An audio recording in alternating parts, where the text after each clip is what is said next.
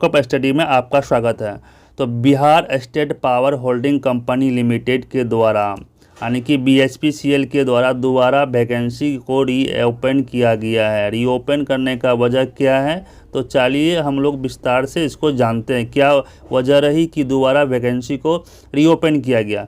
Reopen करने का main वजह है कि आपको एसएलपी दायर किया गया था बिहार सरकार के विरुद्ध माननीय सुप्रीम कोर्ट में आरक्षण के विरुद्ध। जो वर्तमान में आरक्षण की जो परसेंटेज है बढ़ा दिया गया था बिहार सरकार के द्वारा, इसी के विरुद्ध सुप्रीम कोर्ट में एक एसएलपी दायर किया गया था। और एसएलपी दायर करने वाले गौरव कुमार थे और बहुत सारे स्टूडेंट थे।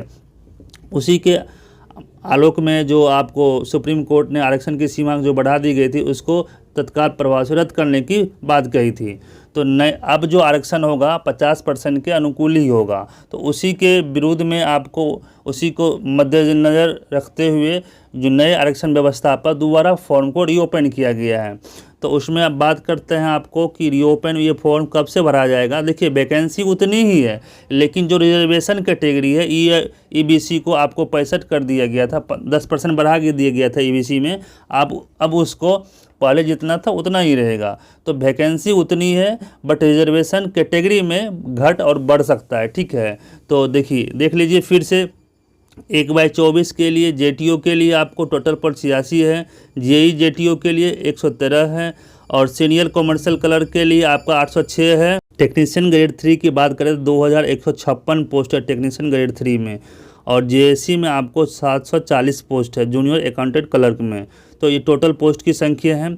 बात करें कि उपरोक्त के परिक्षेप में विज्ञापन में रिक्तों की संख्या में संशोधन होने के फलस्वरूप इच्छुक नए अभ्यर्थी आवेदन करने हेतु निम्न सीमा निर्धारित किए जाते हैं। तो नए आवेदन प्राप्त करने की आरंभिक तिथि, जो आवेदन प्राप्त करने की जो प्रारंभ तिथि है वो 1 अक्टूबर से स्टार्ट हो जाएगी। उसके बाद अंतिम तिथि जो है आवेदन करने की अंतिम तिथि 15 अक्टूबर तक रहेगी। वैसे अभ्यर्थी जो पूर्व में आवेदन भर चुके हैं उन्हें पुनः इस पद के लिए नए सिरे से आवेदन करने की आवश्यकता नहीं है। जो अभ्यर्थी पहले बीएचपीसीएल के लिए आवेदन कर चुके हैं उसको दोबारा फॉर्म भरने की जरूरत नहीं है। हाँ, आप लोग को लगता है कि नए पोस्ट है दूसरा पोस्ट में फॉर्म फिल कर सकते हैं तो कर सकते हैं आप लोग। नए अभ्यर्थी अपनी शैक्षणिक योग्यता अर्हता के अनुरूप ऑनलाइन आवेदन भरने की पूर्व वेबसाइट पर संदर्भित पद हेतु प्रदर्शित विस्तृत विज्ञापन की भली भांति अध्ययन कर लें। कहा गया कि जो आपको शैक्षणिक योग्यता बताया गया था उसको पहले देख पर उपरोक्त पद के लिए जो आयोजित की जाएगी सीबीटी परीक्षा, उसके लिए अलग से सूचना प्रकाशन किया जाएगा।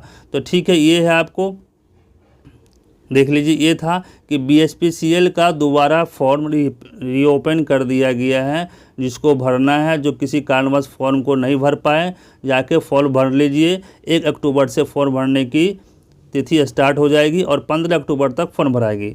तो ये था आज का जॉब से संबंधित न्यूज। इसी प्रकार के न्यूज़ को देखने के लिए लाइक एंड सब्सक्राइब कीजिए लॉकअप स्टडी के। धन्यवाद।